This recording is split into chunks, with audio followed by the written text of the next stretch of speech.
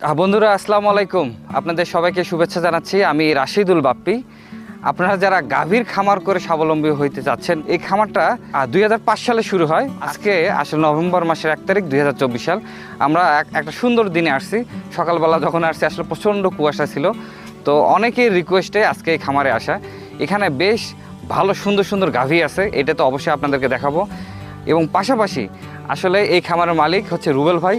তিনি কিভাবে লালন পালন করে এত দূর পর্যন্ত আসতে পারছেন এবং এখান থেকে তিনি গাভীগুলো কিভাবে সেল করে থাকেন। আসলে উন্নত জাতের গাভীগুলোর মেইন সমস্যা হয় কিন্তু ম্যাস্টাইটিসের সমস্যা বা ওলান প্রদাহ, বা অনেক সময় ওলানের বাট নষ্ট হয়ে যায়। এগুলো থেকে তিনি কি ধরনের ম্যানেজমেন্ট করেন, পাশাপাশি কি ধরনের খাবারগুলো দিচ্ছেন, কোন রেশিওতে দিচ্ছেন, এবং আসলে তার খামারে কি ধরনের গাভীগুলো আছে, সবগুলোই আজকে আপনাদের মাঝে শেয়ার করার চেষ্টা করব।